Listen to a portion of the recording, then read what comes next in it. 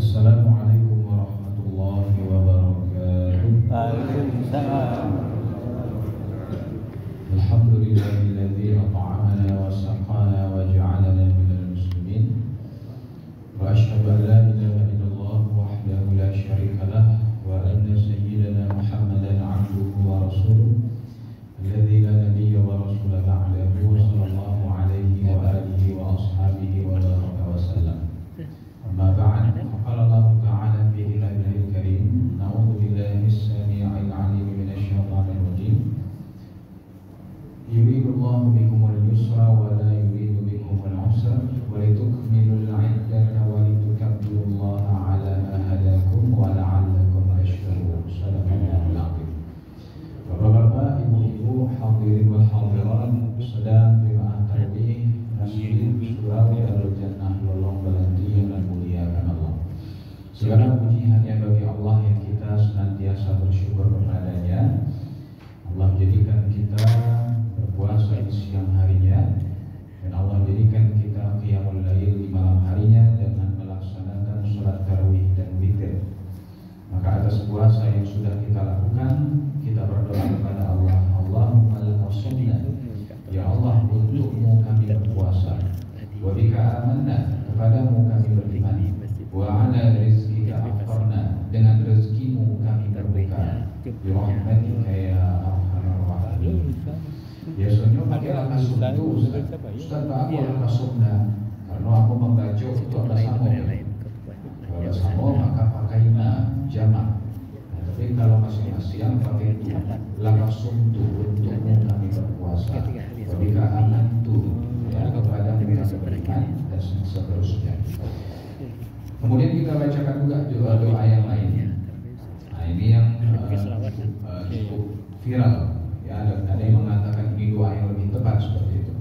Zahabat dhaman, telah hilang rasa haus, wa batallatil uruq, telah basah urat-urat, wa thabatal ajru, dan telah ditetapkan pahala bagi kita insyaallah. Amin ya rabbal alamin. Salawat dan salam kepada baginda Rasulullah sallallahu alaihi wasallam.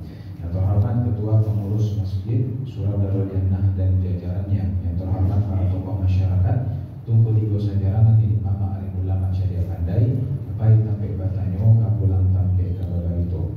Yang terhormat para ustaz yang senantiasa mendampingi dan mengimami sholat-sholat kita, umumnya kepada seluruh jemaah tidak disebut nama dan gelar, insyaallah kita semua dimuliakan Allah. Amin. Bapak Ibu, Ramadan kini kau ambo sebuah pertama kata panuh luar biasa, insyaallah. Dan malamnya ambo last dua malam terakhir, ya, karena kini kita tarawih, besok tarawih yang terakhir. Nah, jadi nampak jelas perbedaannya. Nah, tapi kita berhusnuzon. Nah, bagi saudara-saudara kita yang tak nampak ini, kemungkinan yang pertama lah pulang kampung. Amin. Yang kedua yang tikaf di Masjid Raya atau di Masjid Hakim. Yang ketiga di PA. Nah, mudah-mudahan mereka senantiasa dalam kebaikan. Mungkin tarawih dan PA yang lain, atau ada buku bersama mungkin. Bapak Ibu sedang dimana mulia, ya sesuai yang disampaikan Ustaz kita tadi. Adapun materi kita pada malam hari ini judulnya seputar Hari Raya Idul Fitri. Nah, Bapak Ibu, jadi dalil kita itu berlandaskan Al-Quran Surah Al-Baqarah 185. A'udzubillahi minasyaitonirrajim. Walitukmilul 'iddah, ya, sempurnakanlah bilangannya. Maksudnya bilangan hari-hari puasa itu. Walitukabbirullaha 'ala ma hadakum, dan agungkanlah Allah, bertakbirlah kepada Allah atas petunjuknya kepada kalian. Wa la'allakum tashkurun, mudah-mudahan kalian bersyukur atasnya. Nah, kalau kita buka tafsir, maksud walitukabbirullaha ala ma hadakum itu bertakbirlah kepada Allah atas petunjuknya, itu maksudnya adalah hari raya Idul Fitri. Jadi setelah Allah menjelaskan ya dari 183 ke 185 tentang puasa, ya tentang kewajiban puasa Ramadan dan ketentuan-ketentuannya, maka ditutup dengan setelah kita selesai berpuasa tersebut, maka kita bertakbir kepada Allah, ya membesarkan namanya, mengagungkannya dalam perayaan hari raya Idul Fitri. Nah, maka inilah yang menjadi pembahasan kita sekarang. Nah, Bapak Ibu, secara bahasa Idul Fitri itu berasal dari dua kata, Aid dan Al-Fitr. Nah, Aid sama Al-Fitr ini sama-sama punya dua makna, tetapi hebatnya sama-sama saling berhubungan. Yang pertama, Aid. Aid ini arti yang pertama artinya festival, perayaan, ya. Dalam bahasa Inggrisnya celebration. Nah, arti yang kedua berasal dari kata ada ya'udu, artinya kembali. Jadi arti yang pertama adalah festival, perayaan, arti yang kedua kembali.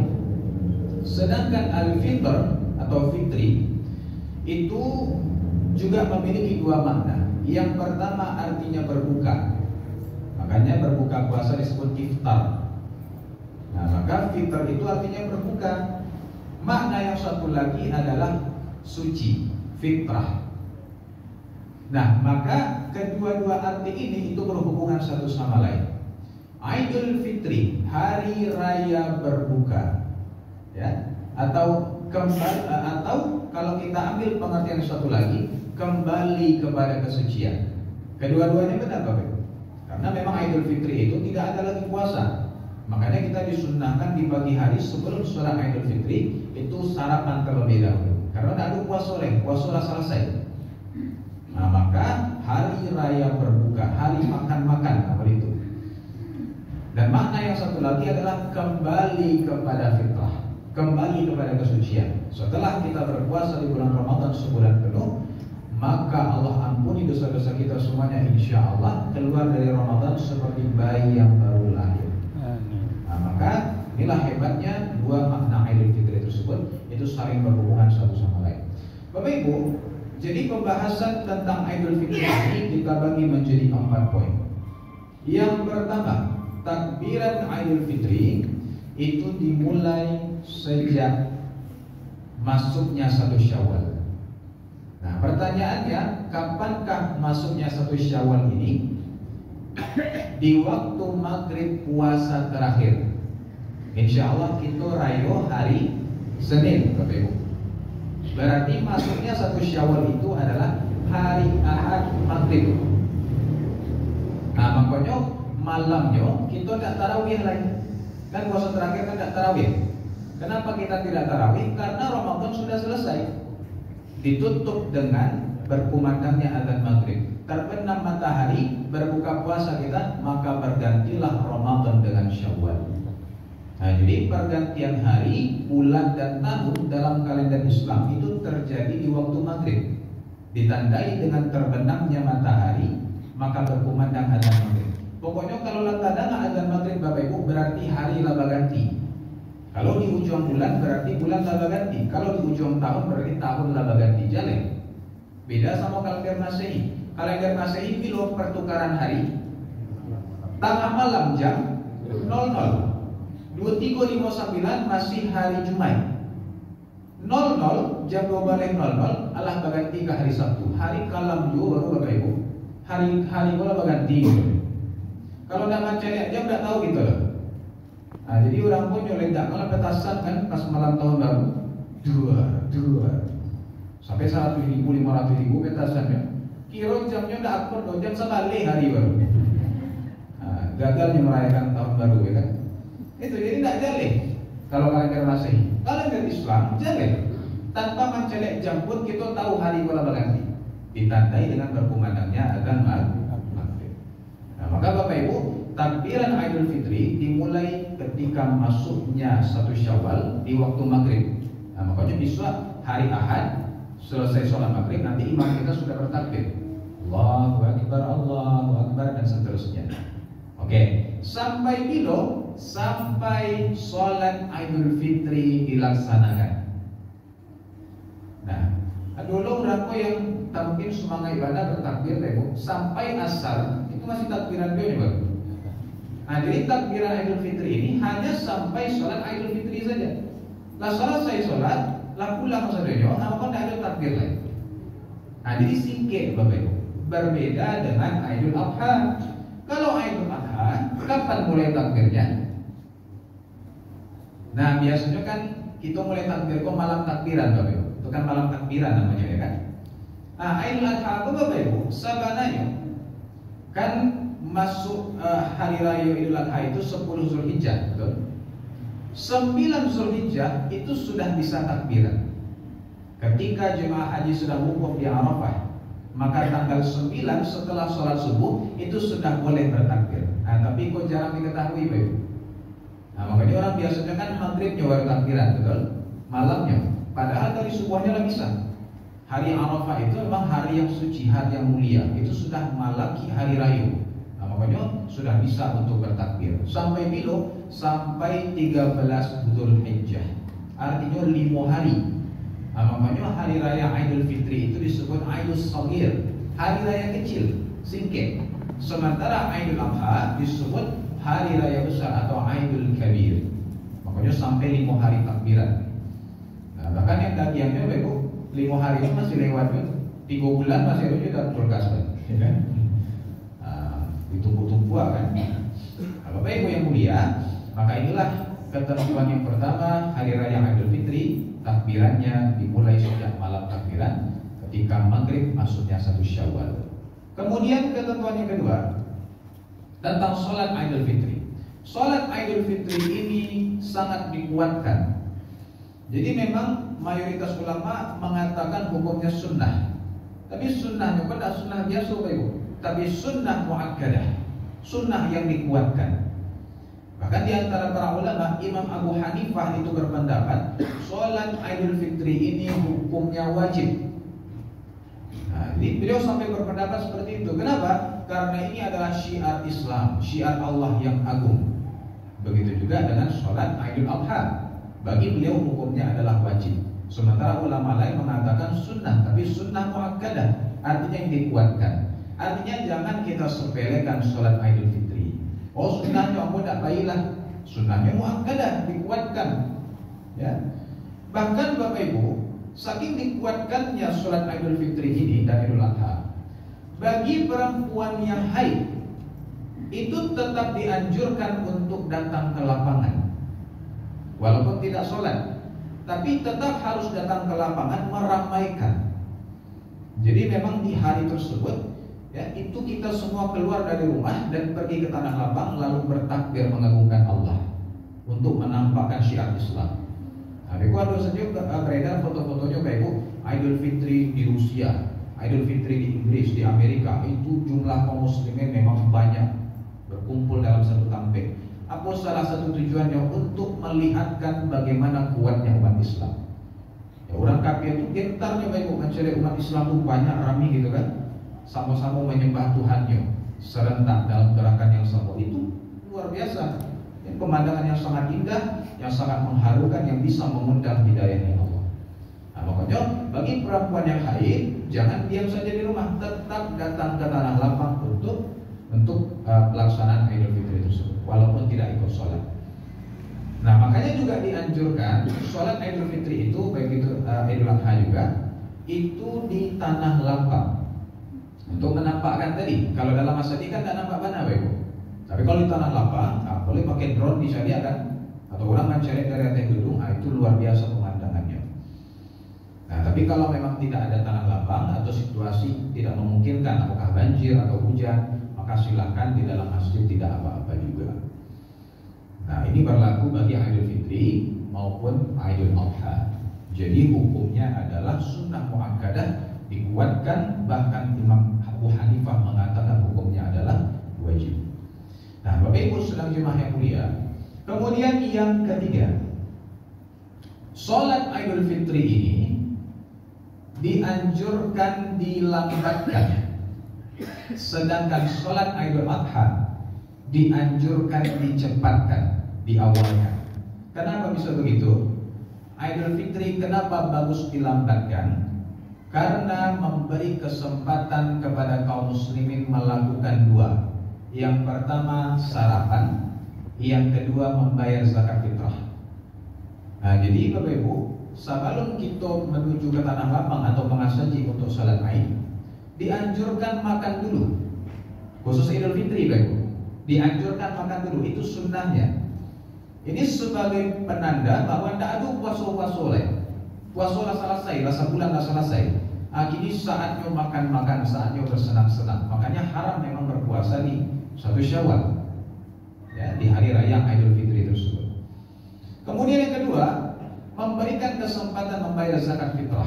Kenapa? Karena batas pembayaran zakat fitrah hanya sampai khatib naik mimbar.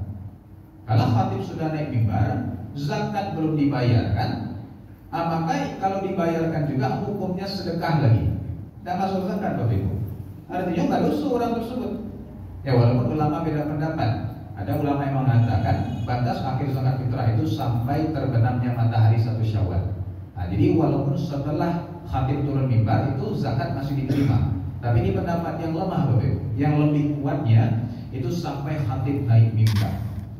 Nah, maka nggak ada zakat-zakat lain, sudah selesai. Nah, makanya untuk memberikan kesempatan orang bayar zakat itu dilambatkan sholat Idul Fitrinya. Nah, cuma itulah jarang Bapak Ibu. Tidak ada rasanya awak dan bayar zakat pagi-pagi kan ada kan? Berapa pagi-pagi sibuk pakai baju baru saudara. Nah, ada bayar zakat lagi. Biasanya kalau pengurus masjid itu malam nggak selesai itu, malam takbiran. Nah, sudah dibagi-bagikan ya kan? Nah, sehingga besok tinggal sholat saja oleh. Nah, beda juga orang dulu. Kalau orang-orang Saiswa itu membayar zakatnya memang pagi itu. Dan memang kalau kita lihat secara fikihnya, membayar zakat fitrah itu paling afdolnya memang setelah sholat subuh malaki sholat Idul Fitri. Kenapa? Supaya di hari itu semua orang berbahagia. Itu hikmahnya. Kalau kita bayarkan di hari sebelumnya, bisa jadi habis hari itu langsung. Pas Idul Fitri tidak ada yang kasih soleh. Nah, begitu juga kalau kita bayarkan di malam harinya. Nah, sementara kalau kita bayarkan di hari H, maka di hari itu pun dia berbahagia, dia punya makanan atau dia punya uang untuk dia pakai kebutuhannya. Nah, beda itu hikmahnya Ibu. Cuma kalau takut datang aja, biarlah hari sebelumnya saja dibagikan. Nah, pokoknya habiskan malam itu langsung KPA beli baju baru, itu kita serahkan ke beliau. Nah, maka inilah sunnahnya kalau Idul Fitri itu dilambatkan sholatnya. Nah, sedangkan Idul Adha itu dianjurkan dipercepat. Apa tujuannya? Yang pertama, supaya lebih cepat menyembelih. Yang kedua, supaya tidak lama bana menunggu sarapan. Karena sarapan pagi Idul Adha itu sunnahnya setelah sholat. Nah, jadi sunnah bebo yang tidak wajib. Ada orang yang mengistilahkannya puasa. Puasa dulu malaki sholat Idul Adha. Ya, puasa itu sebenarnya kiasan saja bebo, bukan benar-benar puasa ya. Karena puasa di hari raya itu haram hukumnya. Tapi sunnahnya sarapan itu setelah sholat. Beda dengan Idul Fitri. Idul Fitri sunnahnya sebelum sholat. Idul Adha setelah sholat sunnahnya. Nabi itu setelah sholat Idul Adha, beliau langsung menyembelih hewan kurbannya, kemudian mengambil hatinya, beliau bakar. Dengan itulah beliau sarapan atau membatalkan puasanya tadi. Nah, jadi Nabi sarapan paginya itu hari Idul Adha itu dengan hewan kurban beliau. Nah, maka memang dianjurkan dipercepat. Nah, kalau jam-jam kita misal itu jam 7 kurang seperempat Pak Ibu. Jika matahari sudah terbit ya. Nah, matahari sudah terbit, sudah masuk waktu duha, maka beliau pun sholat bersama para sahabat. Setelah selesai sholat, tidak makan dulu, langsung ambil hewan korbannya langsung didabih. Nah, jadi seperti itu afdolnya Bapak Ibu. Nah, Bapak Ibu yang mulia, maka Idul Fitri afdolnya dilambatkan, Idul Adha dipercepat. Nah, tapi nanti kita kan disambungkan saja biasanya, sama-sama setengah 8 ya kan? Ada Bapak Ibu. Nah, itu pun tidak mengikat soalnya, cuman yang afdolnya saja. Kalau memang bisanya jam segitu, kalau jam 7 aku Ustaz, cuma aku masih mandi ya kan? Bajunya lo tak pasang dan macam-macam. Ya tahulah kondisi kita kan. Nah, maka disepakati setengah 8 aja lah. Nah, Bapak Ibu sedang jemaah yang mulia, maka ini ketentuan yang ketiga. Kemudian ketentuan yang keempat atau yang terakhir dalam pembahasan kali ini adalah ini bagi diri kita pribadi. Menjelang sholat Idul Adha ataupun Idul Fitri dilaksanakan, ada beberapa sunnah yang bisa kita lakukan. Yang pertama, mandi. Nah, jadi sunnah mandi, Bapak Ibu. Dan kalau baju baru masih harum kan, ditutup. Nah, kalau mandi aja kan, baju baru, cat serawa baru, terompa baru, sabunnya baru. Cuma rasa pun tidak mungkin lah ada orang tak mandi sholat Idul Fitri. Yo, keterlaluan banget. Maka untuk mengakalinya, kalau takut tidak tak aja, dari subuh itulah mandi. Kalau bisa sebelum subuh kita lah mandi, ya kan? Atau setelah subuh langsung. Jangan ada yang bakar baju boleh. Maka mandi kita semuanya, pasang baju yang rapi, kemudian kita kita sarapan dulu sebagai tanda bahwa tidak ada puasa lagi, baru kita menuju tempat sholat. Jadi yang pertama sunnahnya adalah mandi. Yang kedua, memakai pakaian terbaik. Nabi SAW itu punya pakaian khusus untuk Idul Fitri, Idul Adha, dan sholat Jumat. Dan itu adalah pakaian terbaik beliau. Maka gunakanlah pakaian terbaik kita. Tidak harus baru, Bapak Ibu. Pokoknya bagus, enak dipandang mata. Karena memang itu hari berbahagia, hari bersukaria, hari bersenang-senang. Maka kita tunjukkan dengan mengeluarkan pakaian terbaik kita. Jadi pakaian terbaiknya tentu tetap sesuai dengan koridor syariat, Bapak Ibu. Di antaranya menutup aurat, ya kan? Dan mereka padusi baju barunya rok mini gitu kan, alhamdulillah. Dan juga tidak boleh tembus pandang, dan juga tidak boleh ketat. Maka ini tetap harus kita penuhi. Silakan pakai baju yang kita sukai. Dan juga pada gambar-gambar, Bapak Ibu. Ada orang sedang sholat gitu kan, di mukanya ada apa-apa, pakai baju kaos. Belakang juga gambar cewek. Abah kilo-kilo yang belakang itu lain khusyuk gitu. Nah, atau ibu misal pakai talakuang yang ada apa namanya? Berkelap-kelip gitu ya. Ya ada mandi-mandinya gitu kan. Saya gue silau mantu orang memandang. Insyaallah nah boleh bahaya kan. Akhirnya kalau mencari itu tadi orang lah rukuhnya masih tak dulu. Jangan sampai terkah itu dulu. Pikirkan juga orang lain, Bapak. Kalau memakai kok akhirnya khusyuk nak sholat berapa. Jadi tetap bagus boleh, tapi yang sewajarnya pula. Maka pakailah pakaian terbaik kita. Kalau ada baju baru lebih bagus lagi. Bapak Ibu, kemudian yang ketiga memakai wangi-wangian. Jadi kita sudah pakai pakaian terbaik, pakai parfum. Pertanyaannya, kalau ibu-ibu boleh nggak pakai parfum? Boleh nggak? Bapak Ibu, memang ada ya riwayat seperti itu yang mengatakan perempuan ini tidak mau pakai parfum. Nah, tapi kalau ibu tidak pakai parfum, Bu, bau nak ibu bisa apa sehari rayu, ya kan? Jadi ini mesti kompromikan. Apa muka sunyo tidak pakai parfum tersebut, ibu boleh pakai parfum, cuman jangan yang mencolok bana aromanya, jangan semerbak bana. Karena laki-laki itu, Bu, itu beda pikirannya jo ibu-ibu. Laki-laki kalau mencium parfum manusia harum bana, semerbak, kok konslet langsung. Ya, langsung. Karena memang bagi laki-laki perempuan adalah keindahan. Perempuan ini memang diciptakan indah bagi laki-laki. Bagi laki-laki itu godaannya tiga: harta, tahta, wanita. Wanita itu salah satu godaan terbesar. Tidak pakai parfum saya pula rancak di mata kami. Kalau ibu pakai parfum, itu mode iklan Aks itu kan jatuh bidadari dari langit langsung. Apa boleh ibu pakai parfum silahkan, tapi jangan yang semerbak bana. Lama ibu agak 5 mini masih tak tahun juga di situ kan. Nah, ini bisa berbahaya juga, bisa membahayakan keselamatan seperti itu. Ada laki-laki yang tidak bisa mengontrol lakunya, bego. Ini datangi punya kaja itu kan, lain-lain. Nah, maka boleh pakai parfum, tapi yang sewajarnya. Kalau laki-laki silahkan seharum-harumnya silahkan. Kok mandi juga parfum itu apa aja loh. Ibu parfum itu kan seharum-harumnya apa? Jangan berbahaya bagi laki-laki. Ibu mencium parfum laki-laki harum wangi. Kan biasa saja, Bu, ya. Nah, ibu pun tidak bisa pangan laki-laki itu, laki-laki kue gitu kan. Nah, jadi beda, laki-laki boleh seharusnya, ibu-ibu yang sewajarnya saja. Nah, maka harumkanlah diri kita ketika hari raya Idul Fitri tersebut. Nah, Bapak Ibu yang mulia, kemudian sunnah selanjutnya apa?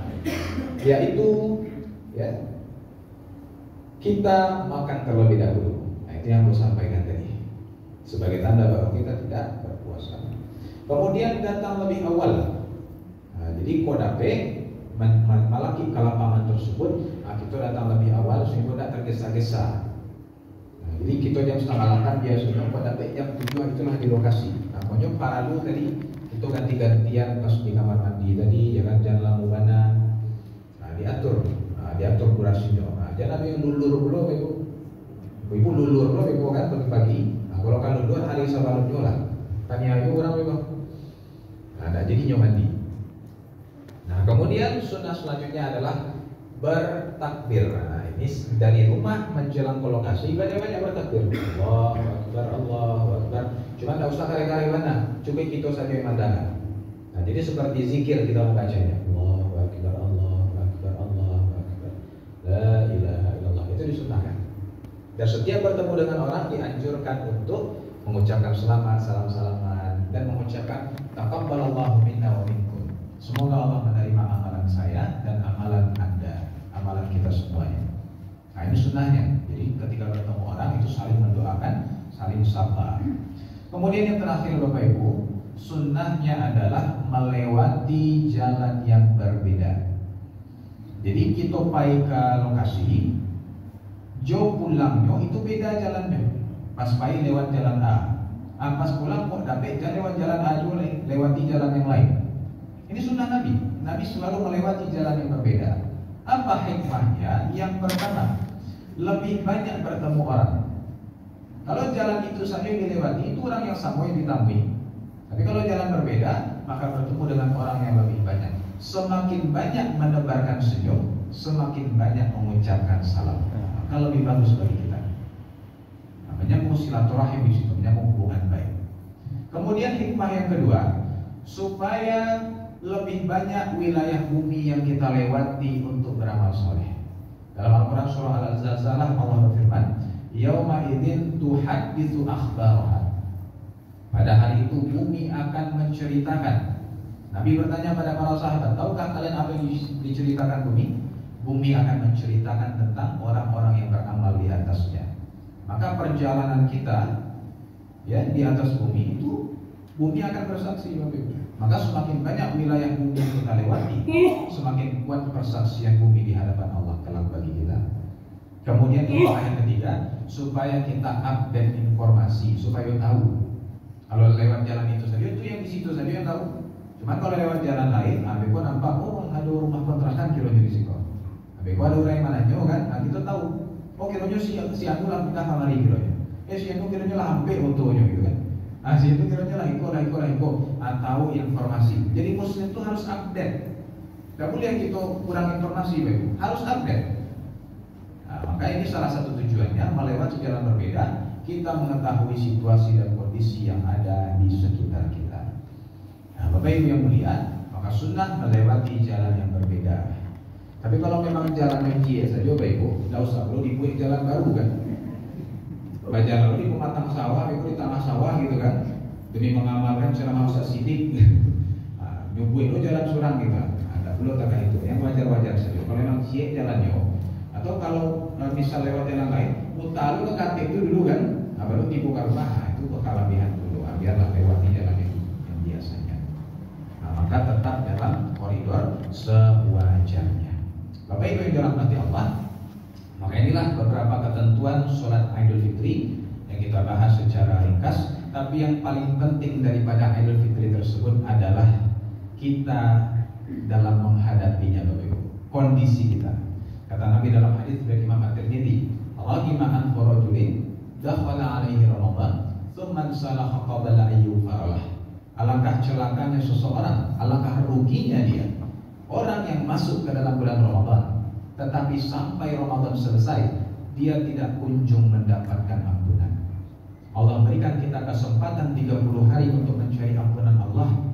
Jangan sampai satu hari pun tidak bisa kita maksimalkan, sehingga keluar dari Ramadan, kita masuk ke dalam Ramadan membawa seonggok dosa. Keluar dari Ramadan masih dengan seonggok dosa yang sama, tidak dapat ampunan Allah. Kita pakai baju baru, sarawak baru, sandal baru, makan lontong bersukaria, dapat THR dan segala macam, tapi dosa-dosa kok masih dipikul juga gitu. Nah, maka yang paling penting Bapak Ibu, pastikan kita sudah maksimalkan Ramadan kita. Masih ada 2 hari lagi, sehingga nanti ketika kita hari raya, kita bukan bersuka cita atas pakaian baru dan THR saja, tapi kita bersuka cita atas kesucian yang sudah Allah berikan kepada kita, atas amalan yang kita kerjakan. Maka ini yang paling pokok sekali. Mudah-mudahan Allah ampuni segala dosa kita, dan mudah-mudahan Allah sampaikan kita hari raya Idul Fitri. Amin ya rabbal Amin. Wassallallahu ala sayyidina Muhammadin wa ala alihi wa sahbihi ajma'in. Walhamdulillahi rabbil alamin. Subhanaka Allahumma wa bihamdika asyhadu an la ilaha illa anta astaghfiruka wa atubu ilaik. Itu saja yang bisa saya sampaikan Bapak Ibu, mudah-mudahan ada manfaatnya. Terima kasih, mohon maaf lahir dan batin. Hanya maaf. Wassalamualaikum warahmatullahi wabarakatuh. Waalaikumsalam.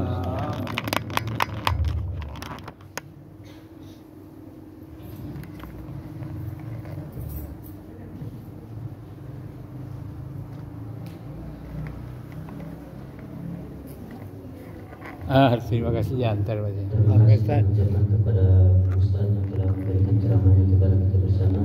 Semoga apa yang telah disampaikan